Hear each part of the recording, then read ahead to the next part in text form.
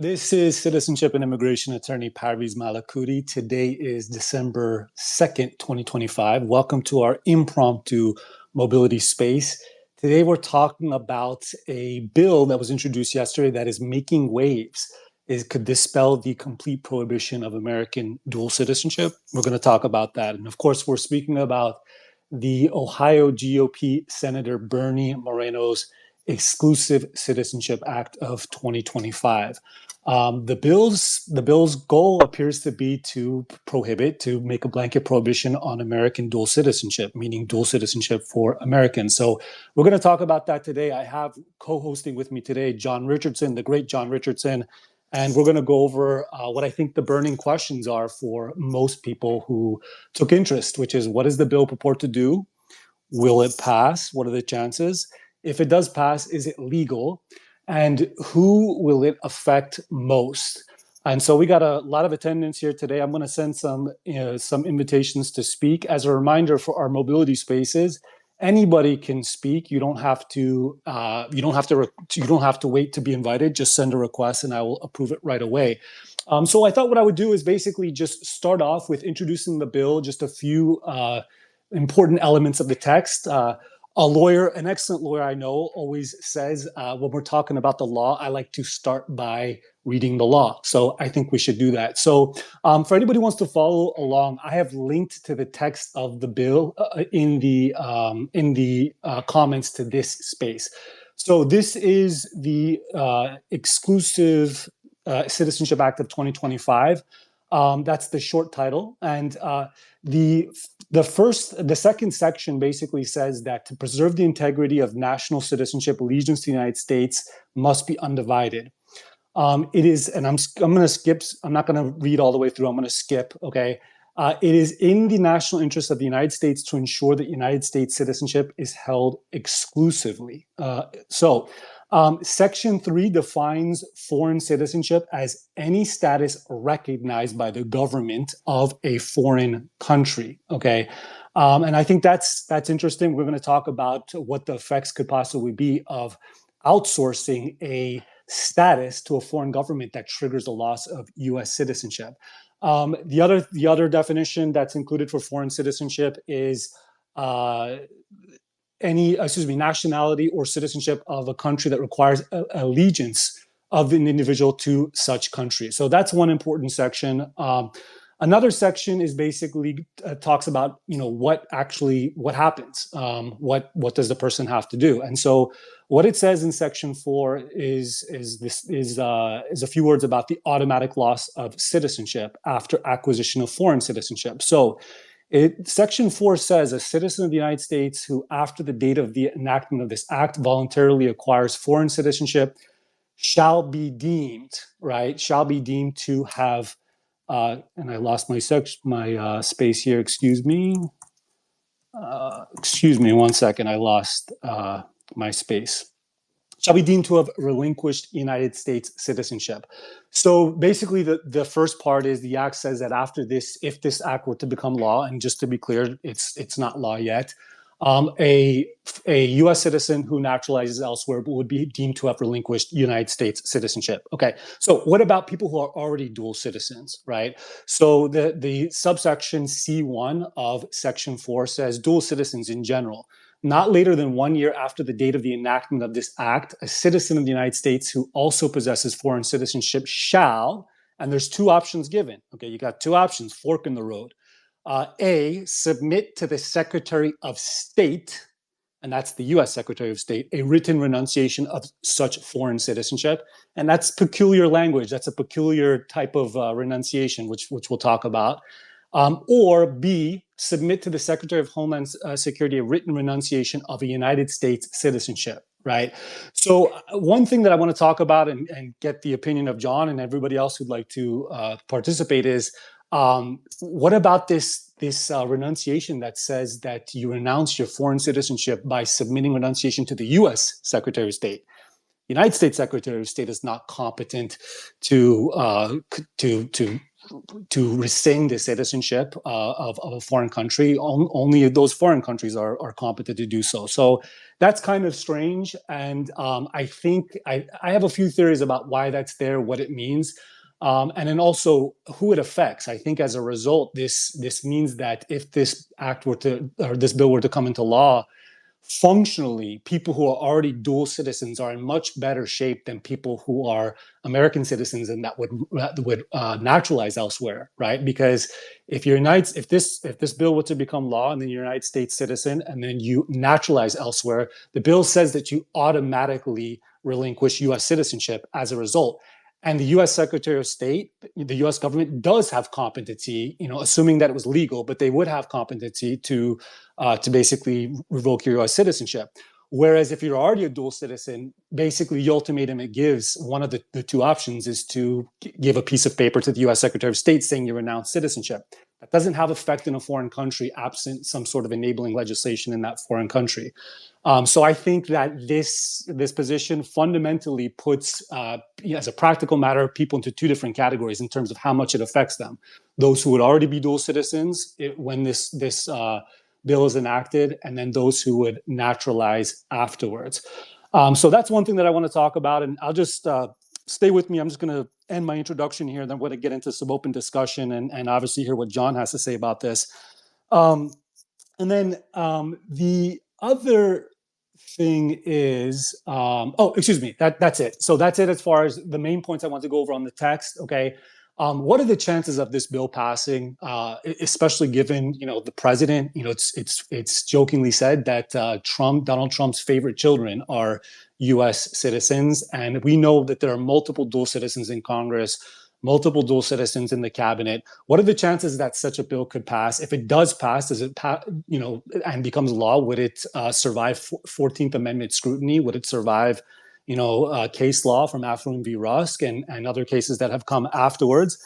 And then I do want to get into functionally who this would affect, what types of downstream consequences that this would have. So there's a lot to discuss here. I just want to start off by saying that. And then I want to kick off my first question. Oh, we got Brent here as well. Brent, I'm sending you an invitation to speak. Brent had some prescient comments in some previous spaces before about the possibility that such a thing could happen. So, Brent is well within his rights to hit us with a big "I told you so." Not that we push back that much on it, but I definitely want to hear what Brent has to say. First question to John, general question. What do you think about the bill? Does it have a chance in hell of passing? If so, do you think it has a chance in hell of staying law, of surviving a judicial challenge? That's for John Richardson.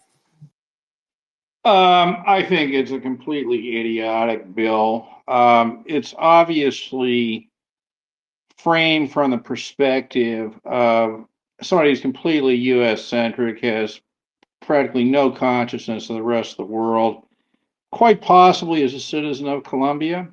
Okay, I don't know how Colombian citizenship works, but as you pointed out time and time again, there are all kinds of people who are dual citizens and don't even know it. But my sentiments aside, the bill is one thing. What's really, really dangerous, though, is we seem to be moving into an era of the weaponization of citizenship, the aggravation of the overall suspicion of everything that's foreign, et cetera. In many ways, this can be seen as, an extension of tariff policy and, all the U.S. tax rules that punish everything foreign. And it's also, strikes me as very much the kind of thinking that led to what's currently Section 349A of the Immigration Nationality Act. Back in the day, this idea of, who's a good American, who's not, this sort of stuff. So it's not like there's no historical precedent for this. In fact, this is completely consistent with the weaponization of U.S. citizenship through the history of the United States. I mean, one prism through which one could view American history is largely through its attitude towards immigrants and citizenship and that sort of thing. But that said, will this go through? No, no, I don't think it will go through. I think on its face, it's so problematic for so many people that I don't think it has any real chance of going through today. But the problem is not today. The problem is that it's indicative of a certain attitude that may be shared by a number of people in Congress, which sort of, so it gets rejected today and, it gets discussed over a period of a few years. And then, somehow or other, this does become law. So I think it's important that, although on the one hand, I don't think that anything's going to come of it today, that people pay a great deal of attention to this and really explain this and think about it from all kinds of different dimensions. Specifically, um, those who understand the attack on all things foreign, people who live outside the country. And I think your comments were interesting in that when you look at this thing, the people who it's really aimed at, who will take the brunt of this, are American citizens who acquire another citizenship through naturalization. Because realistically, the way this thing is drafted, and I assume deliberately so, people who were born dual citizens, once again, we see a tremendous benefit to being born a dual citizen, both in immigration and tax law. My God, all they have to do is they just have to, submit some kind of written renunciation. Hi, I've renounced my citizenship in country X. Or people who naturalize as U.S. citizens, all they have to do is just, submit some kind of piece of paper. Nope. This is aimed at people who are already American citizens and want to acquire second citizenship. Presumably, that is seen as a threat. This is a way, to really, really impair the freedom of Americans. I mean, it's really an anti-freedom piece of legislation. But anyway. Oh, it's absolutely an attack on freedom. And John, you said so many things I agree with. Section 5, okay, is titled Administration and Enforcement. Every law that's passed that that Congress wants to enforce has to have an enforcement apparatus that's set up. Section 5 administration enforcement reads not later than 180 days after the date of the enactment of this act, the Secretary of State shall A, promulgate regulations to carry out this act, including procedures for declaration, comma, verification, comma, and record keeping of exclusive citizenship, right? So as they say, you could shoot for the moon, shoot for the stars and land on the moon. Maybe the goal of this act is not to actually, prohibit the dual citizenship. Maybe the short-term goal of this act is to start conditioning the public to a registry, a record keeping of exclusive citizenship. You cannot strip Americans of their citizenship until you start having an idea and building a database of who's a citizen of what country, right? So that to me screams registry, right? Which is of course, privacy, serious privacy concern, security concern. And even, I mean, to your point, John, exactly what you said, you know, if this bill is defeated, which hopefully it is, and I would expect that it is, right? Maybe people feel more comfortable. Say, okay, you know what? At least we get to keep our citizenship. Okay, fine. If I have to concede, if I have to fill out this declaration under penalty of perjury, okay, admitting to all the citizenships I have, okay, that's not so bad. At least I get to keep it, right? That's some of the freedom, security, and privacy, taken away, chipped away at the edges, and then maybe another these requests get spammed. Maybe next year another senator spams another request, and the year after that another senator spams another, bill to do the same.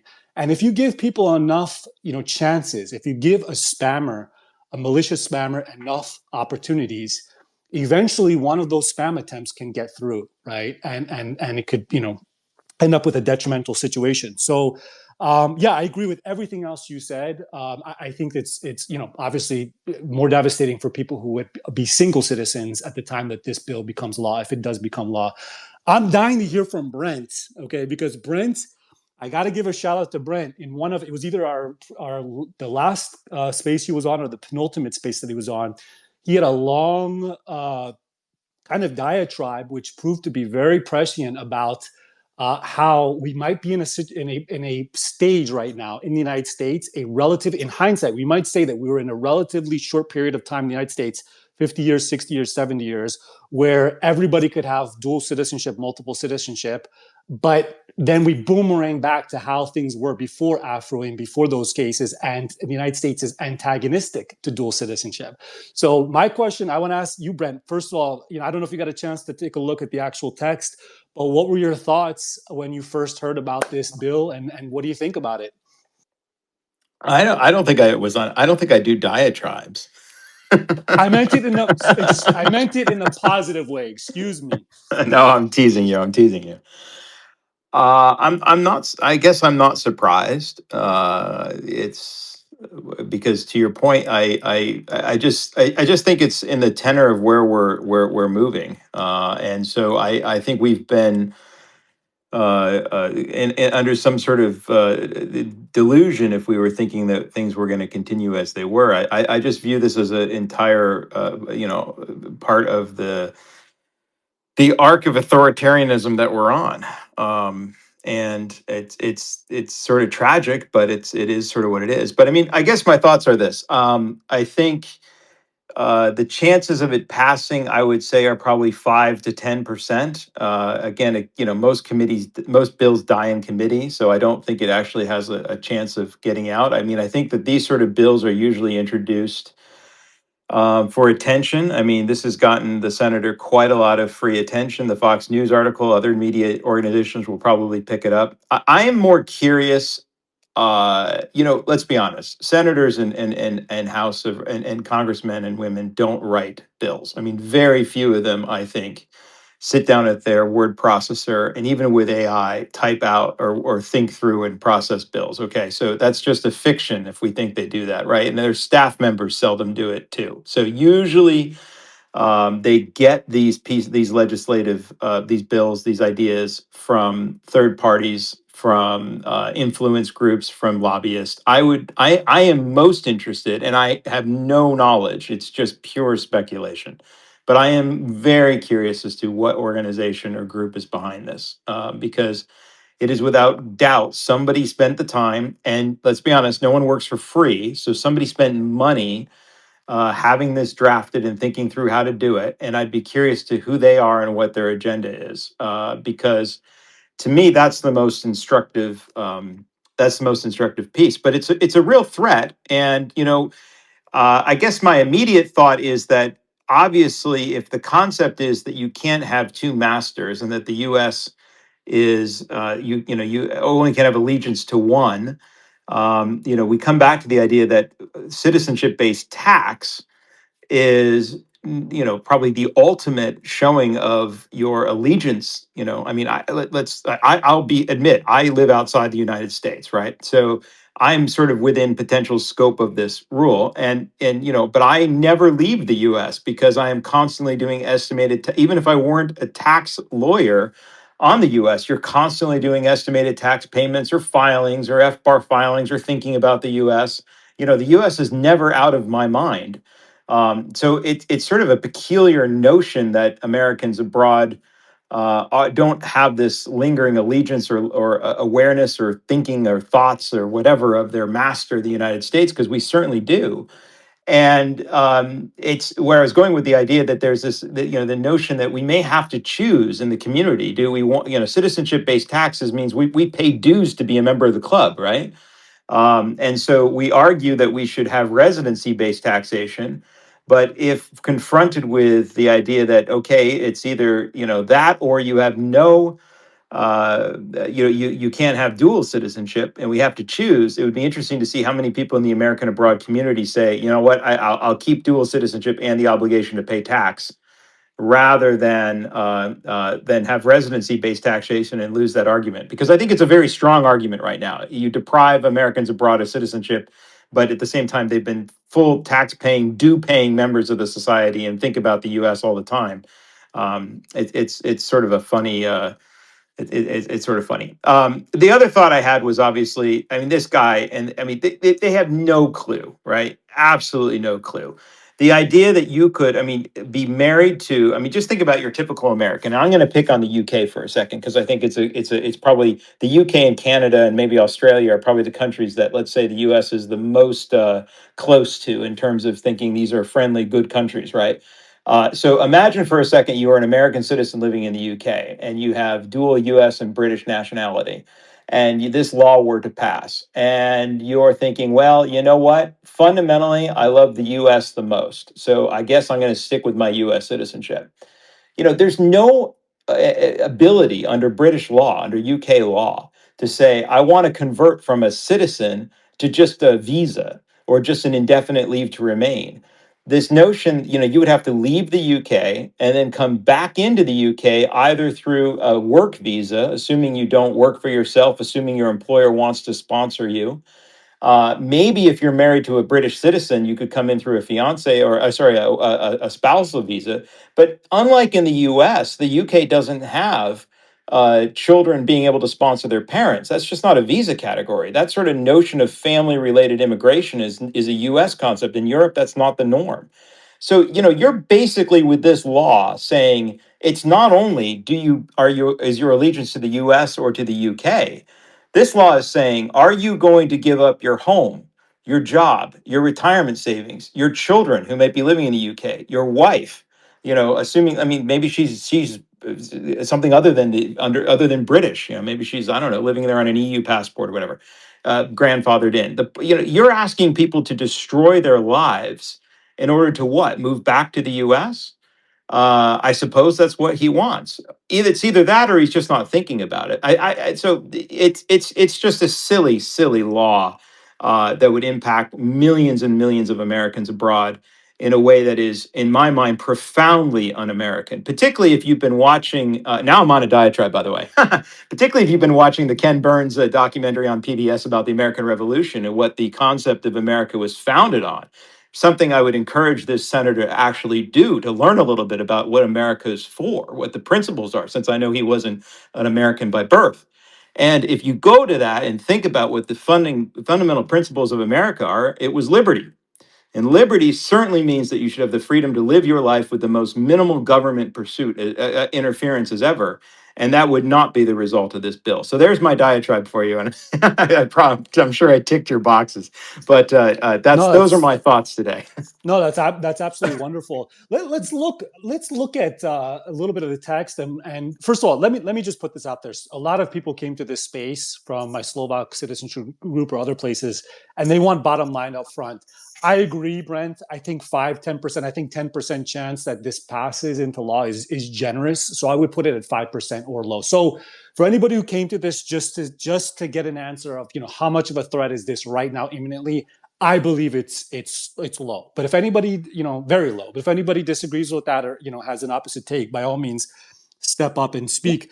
But go I'll ahead. interrupt you right there and say why I said 5 to 10% is I'm echoing what John's thinking, which is this law in its current form, probably very low. But Mhm. this concept that dual citizenship is something that is under threat, and it comes back in one form or another, I think is realistic. I mean, at some point we are going to have immigration reform in the U.S. We just are, right?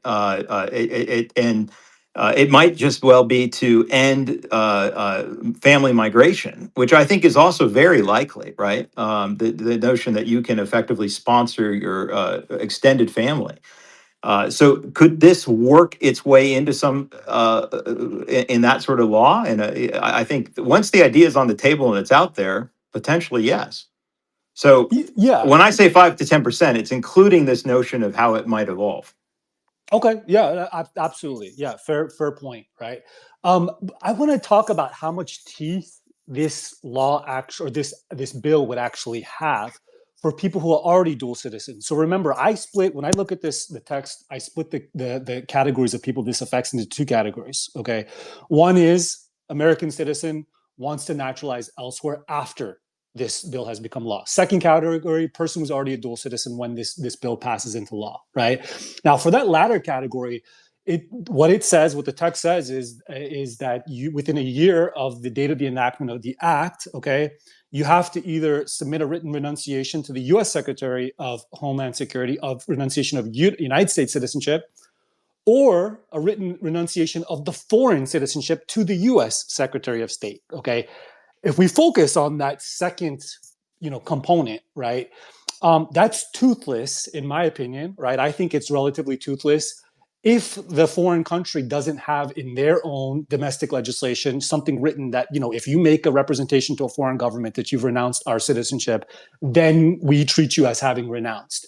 But many countries don't have that, right? So I see a very uneven potential application of the law, not just between those who are already dual citizens and then somebody who tried a U.S. citizen who would try to naturalize after this, but even within the category of people who are dual citizens, right? Well, You're not if well, you're if yeah. Let's be clear, though. If this were to pass, and this, I will tell you affirmatively to anyone listening, is legal advice, even though one shouldn't give legal advice here. It would be don't do anything, because by operation of the way it's written, you lose your nationality in theory after a year. And the reason I say don't do anything is because your strongest legal argument, if you affirmatively take some action to renounce, thinking, oh my gosh, this is past, I have to do something, I have to decide. Well, if when this gets challenged in court and were it to be overturned, had you done anything in the meantime, that could be potentially used against you. If you just sort of sit and do nothing, and then, in theory, under the law, you've suddenly lost your nationality, your citizenship, because 12 months has expired and you've done nothing. That's a very different legal posture. So, by no means should you actually, in my view, based, again, a cursory review of the law, if it were to come into as it's written, should you do a darn thing? And that's another piece. I think as it's drafted right now, the law is pretty blatantly unconstitutional based on current Supreme Court precedent. But I don't have any hope that the Supreme Court would rule, but would feel like it's bound by its precedent in reviewing this. Yeah, So, I yeah. would agree with you, Brent. I would 100% agree with you with respect to somebody who's thinking about reacting to this bill if it became law by renouncing the U.S. citizenship. But I don't think the question is as clear to not do anything if the thing they're thinking about doing is renouncing their foreign citizenship to the U.S. Secretary of State, because U.S. Secretary of State's not competent to do anything related to somebody's foreign citizenship. So in that situation, in the latter, right, that might be a little bit more, there could be some arguments for somebody to send a piece of paper, go hire an attorney in the foreign country of your citizenship, confirm that there's no domestic legislation there that says that you lose your citizenship if you make a representation to another government of having lost it, and then send a piece of paper that's mostly meaningless to the U.S. Secretary of State saying, yeah, I renounce my foreign citizenship, knowing darn well that foreign government does not recognize your renunciation to the U.S. Secretary of State. What do you think about that in that category? It's do you Well, agree that it's I don't like that at all. That to me sounds like you're committing a fraud against the United States by suggesting that you've renounced when you haven't, right? Again, I'm not saying that's what you're suggesting. I'm just saying I could easily see that case. Like you say to the Secretary of State on a piece of paper, I have renounced for purposes of this act, when you actually haven't. That strikes me as being it, putting you in legal peril. the draft, the language of the draft doesn't say submit to the Secretary of State proof that you have renounced to the foreign government in that country. It says submit to us a written renunciation of a foreign citizenship. That reads Yeah. to me like a loyalty test. That Yeah. reads to I me. think, yeah, if I may, I think Go ahead. Carvey is absolutely correct on this, because to me, this reads like, at least what I think happens at the U.S. Naturalization ceremony. Wasn't there language where you renounce allegiances or citizenships or something, to all other countries? Yes. It really, it sounds, it's more like that here. I don't have strong feelings on doing something or not. My general DNA is to never do anything, by the way. Okay. So I doubt Especially not that. under penalty of perjury. Yeah, well, I doubt that I would, and I don't think that too many people would. But I think what's the most significant part of this legislation is what it does is it makes it, assuming this went through and were constitutional, makes it impossible for people to go out and get dual citizenship, which effectively makes it impossible for them to ever leave the United States. Essentially, it's just a way of putting up a border. That's it, putting armed guards there, just like the Berlin Wall. That's in fact what it is. I mean, it reminds me of Ron Paul when he was in the 2012 debates to get the Republican nomination for president. I mean, he made the point that what these walls will do is keep people in, right? And that's what this is about. That's what this is about. It's not about loyalty to the United States, whatever that's supposed. I mean, this whole idea of citizenship meaning allegiance to a country in the modern world is absurd anyway. Okay, just because dual citizenship is so prevalent, I don't think that it's thought of that way anymore. But there's no question in my mind that once again, the people who are punished by this are the people who don't have dual citizenship from birth, one way or the other, whether it's tax, immigration. Now, the people who trace their roots right back to the daughters of the American Revolution, the founding of the Republic, will never be allowed to leave the United States again. You know, add to that, of course, the issue of the passports and stuff. I mean, this is an unbelievably vicious, vile, unprincipled, unprovoked attack on the freedom and liberty of American citizens. That's how it needs to be seen. That's what it is. And there needs to be strong resistance to this. And I think these people need to be branded as people who do not believe in freedom. They're it's like there should be an anti-liberty coalition of which this guy can head it up. So, John, who do you think's behind this? Because it's not this guy. I mean, let's acknowledge that this senator didn't just wake up He's and just a say, nothing. He's a nothing. I have no idea who's behind it. I mean, it could be, my God, it could be anywhere at all because, the one theme that runs through this, right? Whether you're looking at the Commerce Department, immigration, tax, what runs through all of this is hostility to anything that's not American. Okay. And now it's to be American, you have to be 100% American. So I don't know who's behind it, but it could be any well-funded group. I mean, it's even possible that it could be this guy, who woke up one day and called a few people, etc. But it is a very, very dangerous threat to the liberty of individuals. I don't know. Who do you think's behind it? So we just changed whatever the Department of Defense, the Department of War. I would argue there are many actions across the federal government and arguably across the world, but certainly the United States federal government that suggests it believes it needs to prepare for war. Maybe this is extreme, but this is what I would do as a first step if I thought we were going to go to a real war. We have to shore up our finances in a huge way. And if you allow people a way out the door, which currently exists if there's dual citizenship, good luck. And I'm not saying that's rational, but like there's a lot of pieces that point towards this federal government believing we're going to war.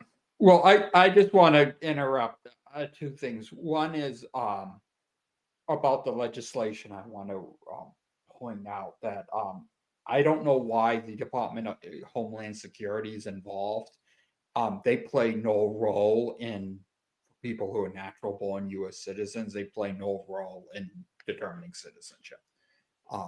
It's the Secretary of State that issues passports and issues certificates of renunciation.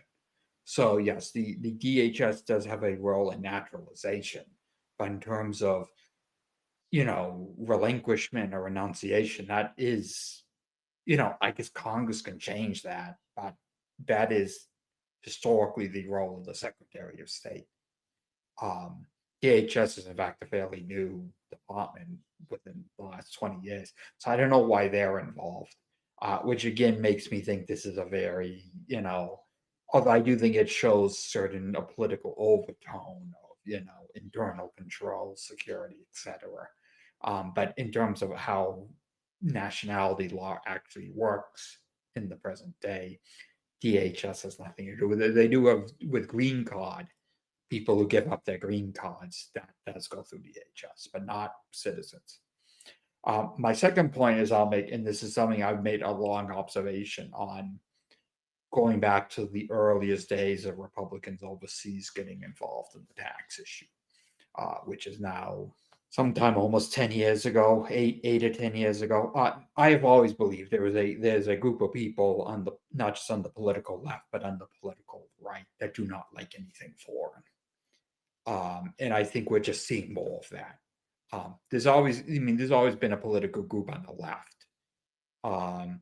One of the things personally I have enjoyed with the tariff fights, with what's been going on with the Supreme Court challenging the constitutionality of these tariffs imposed under IEPA, which I think is a case the government could very well lose. I think if you look at the comments made by Justice Gorsuch and some of the more liberal justices, a lot of people on the political left would have supported the tariffs if there was any precedent other than the current one.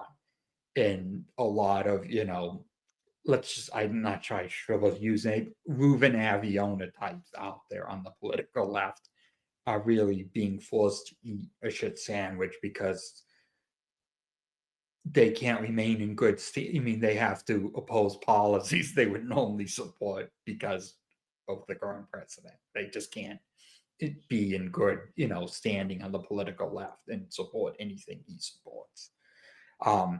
So yeah, as I've discussed, there's always been people on the political left, like Aviona, who are very foreigner.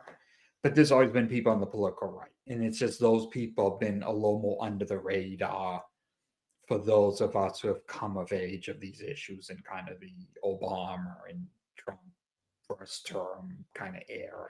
And I think we're going to see more hostility to anything foreign on the political right now. And just to keep that in mind, I'm not saying our Republicans overseas can't be a useful ally, but there are people in the Republican Party that probably don't even think there should be a Republicans overseas. So just throwing that out there. Tim, that's a great observation about the what seems like on its face the strange inclusion of the DHS being involved, specifically for submission of the written renunciation of U.S. citizenship. So just to reiterate, the act, the draft says, if you're renouncing the foreign citizenship, you submit the written renunciation to Secretary of State. If you're renouncing the U.S. citizenship, you submit to the Secretary of Homeland Security. And the first thing that came to my mind, and I don't have any additional context, but the first thing that came to my mind is, what's under DHS? Well, the enforcement arms of our immigration system, ICE, CBP, as well as USCIS, which processes affirmative benefits from within the United States. And later on in the act, under the compliance section, under Section 5, Administration of and Enforcement, it reads, the Secretary of State shall coordinate with, so Part B, the Secretary of State shall coordinate with the Attorney General and the Secretary of Homeland Security to ensure that any individual who is deemed to have relinquished citizenship under this act, and I believe that that's referring to U.S. citizenship, although, probably have to read it more carefully, is appropriately recorded in the federal systems and treated as an alien for purposes of the immigration law. So the first thing that comes to my mind, just speculation, is DHS is mentioned in there because it's like, okay, if you renounce U.S. citizenship pursuant to this act, we want to fast track you to the enforcement arms of our government, so ICE and CBP. And we do that to make sure there's no friction between agencies. We do that by making sure that your renunciation is submitted directly to DHS. That's the only thing I can think of off the top of my head. But that's a wonderful observation, Tim. And I didn't really. I think there was actually a distinction in the draft legislation between deemed renunciation and actual renunciation of U.S. citizenship. So the deemed renunciation would occur as kind of the backstop if no action is taken no positive action is taken by a person with dual citizenship. Right. Yeah, that's right. Right. So in one instance, a person takes no action, and then it seems like by operation of law, they're stripped of the U.S. citizenship. And in the other situation, the person makes the decision, okay, hey, given this ultimatum, I'm going to renounce the U.S. citizenship. And it's in the latter that the person is tasked with submitting the renunciation to the Secretary of Homeland Security. Yeah, that's the way I read it too, David. Okay, good. Well, the coordination between the Secretary of State, the Secretary of Homeland Security, et cetera, that only happens for the deemed renunciation, as I'm reading it. I don't. What do you? Sorry, say that. What do you mean? Well, it only applies to deemed renunciations, not written renunciations that are submitted to the DHS. The way I read, so Section 5, administration enforcement, it says, let's see, deemed individual to have relinquished, appropriate recorded, coordinate with the Attorney General. You know what? Sorry, I do not. I don't see what you're talking about. So you're saying basically that if somebody per this the text in this bill, if somebody submits a written renunciation of U.S. citizenship to the Secretary of Homeland Security, then there's the Secretary of State doesn't coordinate to make sure they're treated like an alien. Is that what you're saying, David? I mean, that's yes, that is what I'm saying. I mean, it's something that they, might make part of the regulations, but it doesn't appear in the statute. You know what? I got to read it more carefully. Let me go back. So let me go back and. I think what it means, the question is what would trigger this, okay? And, I've only read this once, so I may be wrong, but I think what triggers it is simply becoming a citizen of another country. I think that's what triggers that part of it, right? I mean, under what circumstances are you deemed to relinquish? So the effect of non-compliance is the part that mentions deemed to have renounced. Okay. So I'm distinguishing that deeming from an actual renunciation, which would be the written renunciation. Okay, so let's track this. Let's figure this out, because I do think this is important. So right now I'm looking at Section 4. So let's look at Section 4, okay? Okay. So, so it starts out with a general principle of, prohibition on a general principle of a prohibition on dual citizenship. Then it says effective acquisition of foreign citizenship. Citizen of the United States who, after the date of the enactment, voluntarily acquires foreign citizenship shall be deemed to have relinquished. Right? That's where the language "deemed to have relinquished." Hang on a minute. Then we have, we have that, but then we have under dual citizen general, not later than 1 year after, or submit written renunciation, or submit effective noncompliance shall be deemed to have voluntarily relinquished U.S. citizenship. This is different, okay? It overlaps, but it says for the purpose of 349A of the Immigration Nationality Act. Why does that matter? Because it leads you right into the 877A of the Internal Revenue Code and the exit tax rules. I don't know. Notice that, as usual, and this is where this is incredibly dangerous and frightening, is that the administration and the giving this meaning, if you will, is punted over to the to who? The Secretary of State, right? Not later than after 180 days. In other words, they're going to make up the rules for this. Yeah, I mean, I'm going to do what you're not supposed to do when you're reading, which is make an assumption here, right? But I mean, if somebody submits the written renunciation of the U.S. citizenship to the Secretary of Homeland Security, is there an argument that they would not be covered under the term deemed to have relinquished U.S. citizenship? That's exactly the argument that I'm making. Yeah, and I think questionable whether such a written renunciation. There's a question of whether such a written renunciation would even be valid to the Secretary of Homeland Security, because I don't think the INS allows for that in particular. Well, okay. So I don't know what this means, of course, but I think when you don't know what something means, you focus on something that you know for sure. Okay. So what do we know for sure? What we know for sure is that if you naturalize a citizen of another country, you're deemed to have relinquished U.S. citizenship, right? Everybody agree with that? Indeed. Yep. Yes. I mean, I think that's probably that's probably as much as we can, responsibly decide at the moment. But I mean, that's what that does then do is lead you into, some kind of record retention process that's going to be designed to keep you out of the United States, right, or to treat you as an alien for immigration purposes. And my reading of it is that that you're going to be hit with the exit tax, that 877A is going to apply to you as well. Right? So you become a dual citizen, you lose your US citizenship, and you're hit with the exit tax on the way out. Yeah, that's a nice combination. Oh, this is vile. I think it's far worse than the people who drafted this even think it is. Yeah, that may be the absolutely. intention. I mean, just wait till the tax lawyers, the tax compliance community gets wind of this. They'll love it. Oh my God, we've got another revenue source. Warning, So warning. The acquisition of dual citizenship will result in the confiscation of your assets. that's right, John. So here's the thing, John. You made a comment. You said, who does this really pick on the most? And you said people who don't have dual citizenship currently, right? And I agree. I think that's a group that's highly vulnerable under the act, right? So the U.S. citizen who's a single citizen at the time this act becomes law, and then voluntarily acquires foreign citizenship after the passage of the law. So that's one category.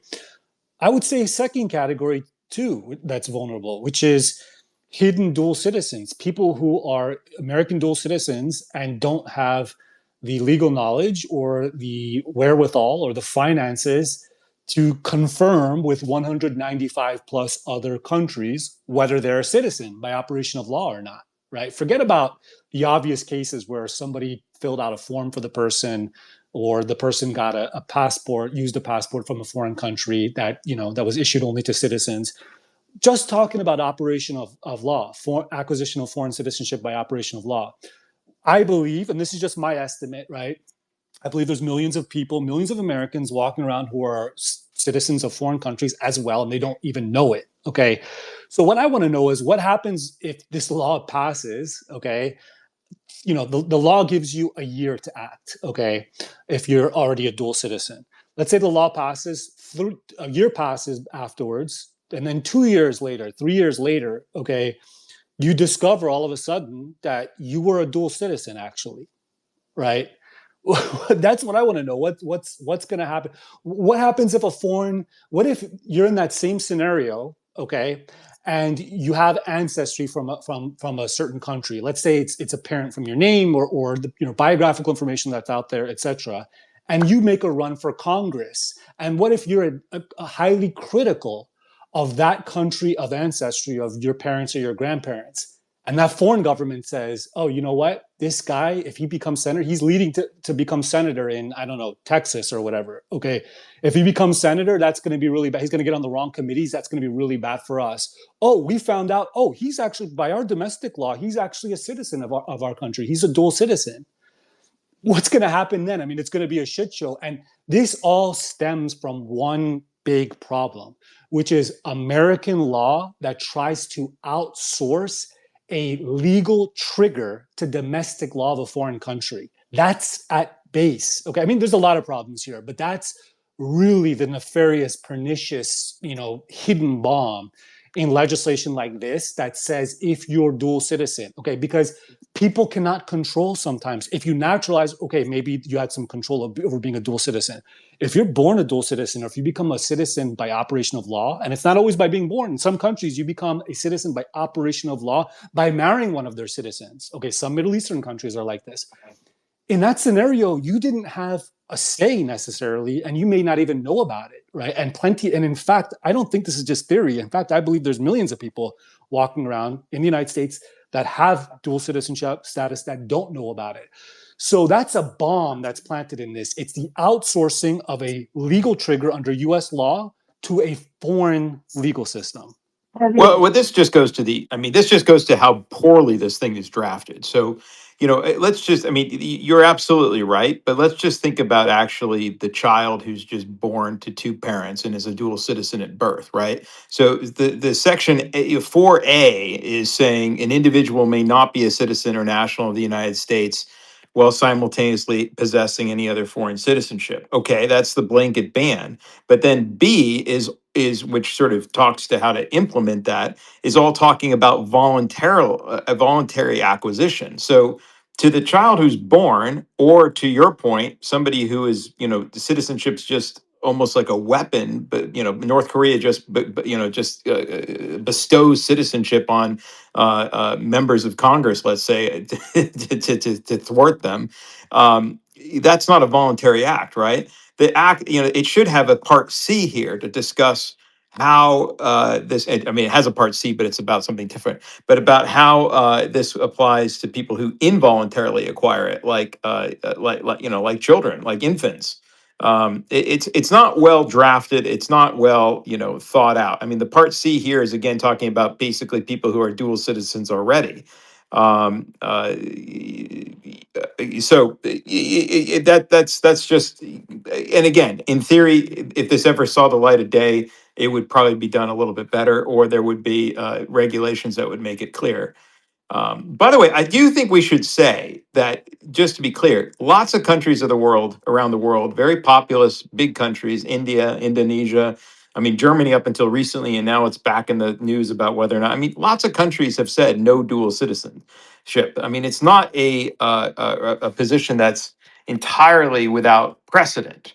It's just, what's shocking here is I think the change for America, which has generally had a much more permissive view of this since the Supreme Court decisions. I mean, to be fair, Congress has been anti-dual citizenship for a long time, as we had a prior space about. But that's what's so shocking here. Yeah, I absolutely agree with you. There's other countries. I think there's about a third of the countries in the world that, at least on the books, prohibit dual citizenship. Totally agree with you. But I would say, or I would ask, is there any country that has such an ability and appetite to enforce laws on their citizens, especially extraterritorially, and capability to do so as the United States? And is there any country on earth whose Congress, whose laws are passed, affect other countries as much as the United States? So I think. Yeah, I agree. And I'd go one step further. I'd say, has there any other country on earth that's been making you pay dues and now is kicking you out if you are a dual citizen who's been living abroad? Absolutely. So you know what this is going to do? As I listen to this discussion, you really the distinction that's being made is, the worst, the most vile carbon life forms on the planet are American citizens who go out and then subsequently get another citizenship. Somehow or other, okay, those who were born dual citizens, they won't be treated as harshly. We'll give them a little bit of a pass because that was conferred on them. And it's interesting, my mind goes back to what I think were the same debates that were going on past into the 1868 Expatriation Act, right? Which really at its core was the ability for foreigners to become U.S. citizens, even though they were citizens of other countries. This sort of stuff. So we're really, I think, headed back to where we were in 1868. The other thing, to Parvi's point here, there's no question that this opens up the possibility of weaponizing citizenship in a way that we've never seen before. Any country, if were this to pass, could accuse somebody of being a citizen, and who knows what the implications of that could be. I mean, it will probably almost certainly mean that certain people can't run for Congress, etc. I mean, there's a very interesting case in Australia sometime in the last 10 years when, a political opponent of somebody found out that an elected representative was actually a Canadian citizen, because they've been born in Canada, even though they're Australian. And I mean, they were forced out, they were simply forced out because of that. So again, this does create the ability for other countries to significantly impact the American political process, right? So, this is huge. This is huge. I'm not sure what the answer is, but it's a big, big problem. You know who should be concerned about this law passing? Yeah, yeah. Ted Cruz. I think Ted Cruz Ted. and our current U.S. Secretary of State. How about Marco Rubio? Well, how about Melania Trump, Barron Trump? I mean, the list goes on and on and on and on. Oh, here's one. This back in the expatriation discussions. There's this particularly nasty guy named Max Backus. Okay, a Democrat. He was a senator, and he was very, very hostile. To anything foreign. Very, very hostile. But I was reading. Admittedly, this is a Wikipedia article, but years later, I read a Wikipedia article. This guy's a Canadian citizen. He's a dual citizen. Okay, so the guy who introduced the bill, Bernie Moreno, he was born in Colombia. He's a Colombian. I don't know if he's renounced his citizenship of Colombia yet, but if he hasn't, then he would be affected by his own legislation. Well, if he is a citizen of Colombia, but I mean, this is the point. There's all kinds of people out there who, are, I think, legally dual citizens. They may not have a passport, right? Because, as Parvies always makes the point, people confuse the passport with the citizenship, right? But, many of them are dual citizens, and they don't know it at all. So what happens? I mean, maybe the Trump administration can build a special prison for dual citizens. What do you think? Sounds like we're on the way. What? Sounds like we're on the way. Special prison, 100%. Yeah, for dual citizens. Presumptive disloyalty. I mean, if loyalty even has anything to do with this. I mean, another dimension to this that we haven't even talked about is what a bill like this assumes about the meaning of citizenship, right? And what I think it assumes is that, I keep going back to this point, that citizens are the property of the government, that they're legitimate instruments of the foreign policy of a country. Go back to the Bobby Fischer thing. What did that vile guy do? My God, he played chess in Serbia. And for that, he gets in all kinds of problems with the U.S. government that eventually resulted in his having to renounce U.S. citizenship. I mean, is in fact citizenship an ownership interest that the government has in the citizen, and they can use that citizen to facilitate government policy? I think that this bill does reflect that idea. Yeah, absolutely, 100%. And we kind of gave that short shrift, but that's you're absolutely right. I mean, even from kind of the first lines in the bill, it kind of implies that ownership interest. I want to plug John Richardson's article. It's called "Thoughts on Ohio Senator Moreno's Exclusive Citizenship Act of 2025." I've linked it under this space. And he goes over some of the things he said, as well as some other topics, subtopics, which we probably won't be able to get to in detail today. So make sure anybody who's interested, anybody who's an American citizen, American dual citizen, make sure to check out John's article. John, you touched on the effect on 877A. I just want to give you an opportunity to just go into that a little bit more before we end the space. So basically, the bottom line is you see a forced revocation of citizenship under this act as having no different effect, under the tax code, meaning it would be a deemed relinquishment such that it triggers the exit tax. Is that correct? I think it can be legitimately argued to do that. Okay, I think it can be legitimately argued. It's far too early in the game, but this is category 9 of the post that I wrote, the effect on Internal Revenue Code 877A with the exit tax be payable. And in the Moreno bill, they use the language deemed to have relinquished United States citizenship. And then we go down to 877A, and they say the term expatriate means the United States citizen who relinquishes his citizenship. I don't know. I mean, I could easily see how somebody could argue that the deemed relinquishment is the same as a relinquishment. I don't even think that's hard, John. I think that's the default. I don't see how you argue the other way around. Well, the way you argue the other way around is that, so we start with Section 3, or hang on, where do we start? We start with 2, the definition of expatriate, somebody relinquishes citizenship, but then we get down to 4, where they talk about relinquishment of citizenship. they seem to tie it to specific events in 349A. I don't know. Okay. I'm not 100% sure, but I think that the starting point is that this can easily apply. I mean, that would be worth, I mean, Brent, maybe we can do a separate space on that particular topic and flush this out a little bit, but I think that there's a serious risk here. I have no doubt that the Treasury Department would take the position it does, okay?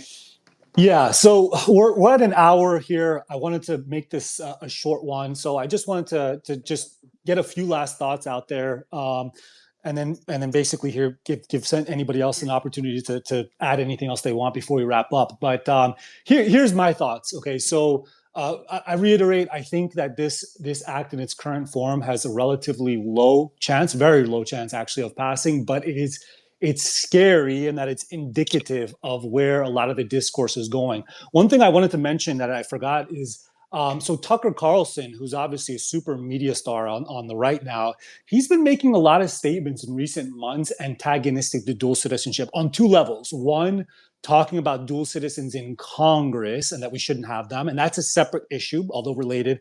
And then secondly, even more broadly, attacking the idea that there should be any American that's a dual citizen. I think that, I think Moreno and maybe some other people are trying to kind of ride a little bit on those coattails.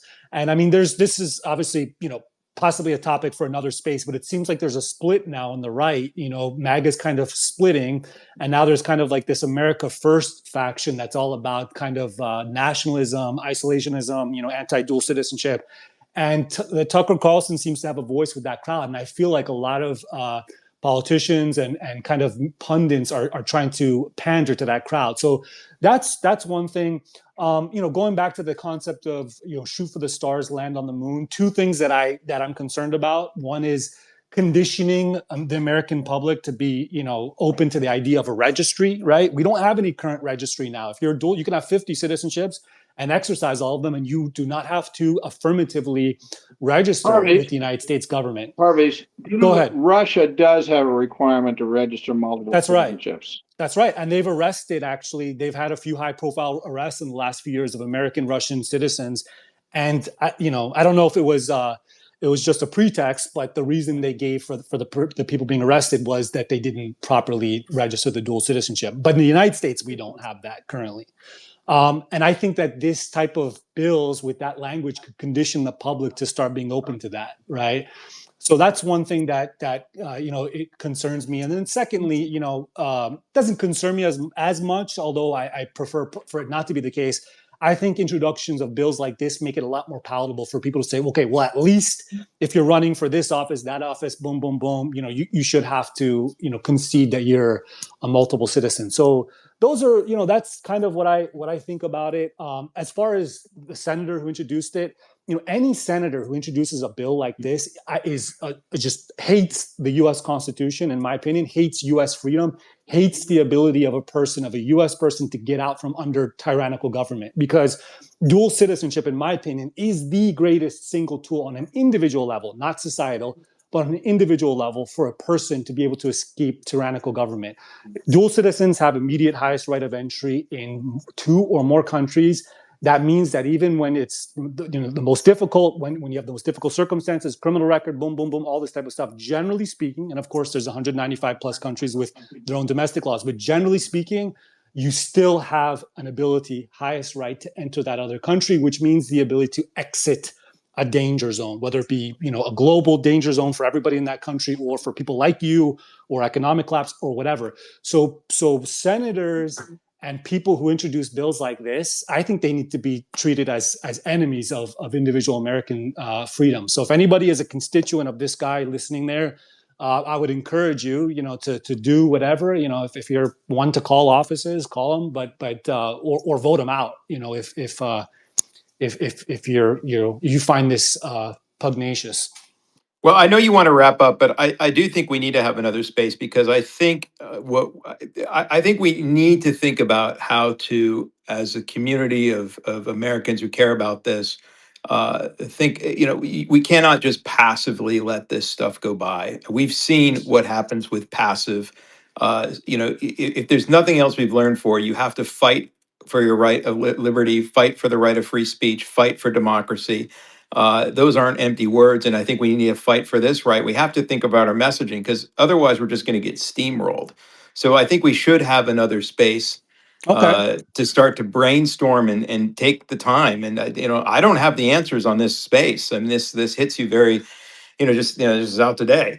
But I think it is something that Americans abroad need to really take on board, because if you just sort of passively sit by and we don't come up with some arguments back, we're going to lose rights. It's pretty clear. It's very much like the right of privacy. Well, what do you have to hide, right? I mean, that takes over quite well. So too, I mean, it's very similar in my mind. What do you have to hide to the right of privacy is similar to the well, shouldn't you only have allegiance to one country?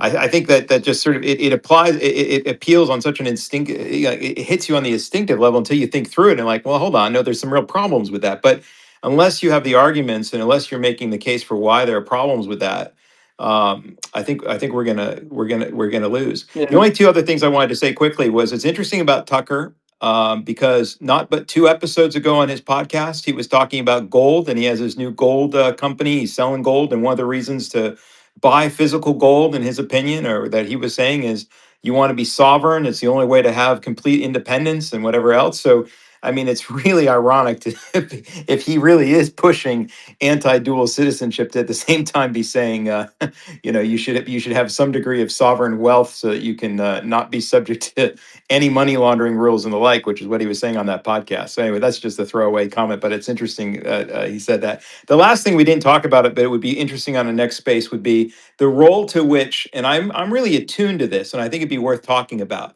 the role to which the dual citizenship, the citizenship by investment community, the golden visa community, the degree to which they have really pumped this that whole industry. We always talk about the compliance industry, but let's talk about the citizenship for sale, residency for sale industry. How much responsibility might they have for just talking about something too much, right, and raising attention? Is that contributed to this too? I'm not sure it has. I'm just saying it's an interesting thought. Oh, it certainly has. But Brent, I agree with you and everything you say about Americans abroad. But remember, all they really have to do is fill out the form. Okay. The real threat here is to true blue homeland Americans who have this idea that they want to be free and sovereign. Okay. These are the people that this is really aimed at. I mean, they're also, interestingly, the people who have the least capacity to understand this. Okay. And the reason for that is you say, well, so Tucker is talking about golden sovereignty, but as opposed to dual citizenship. Well, I'll tell you what, he doesn't understand what citizenship even is, right?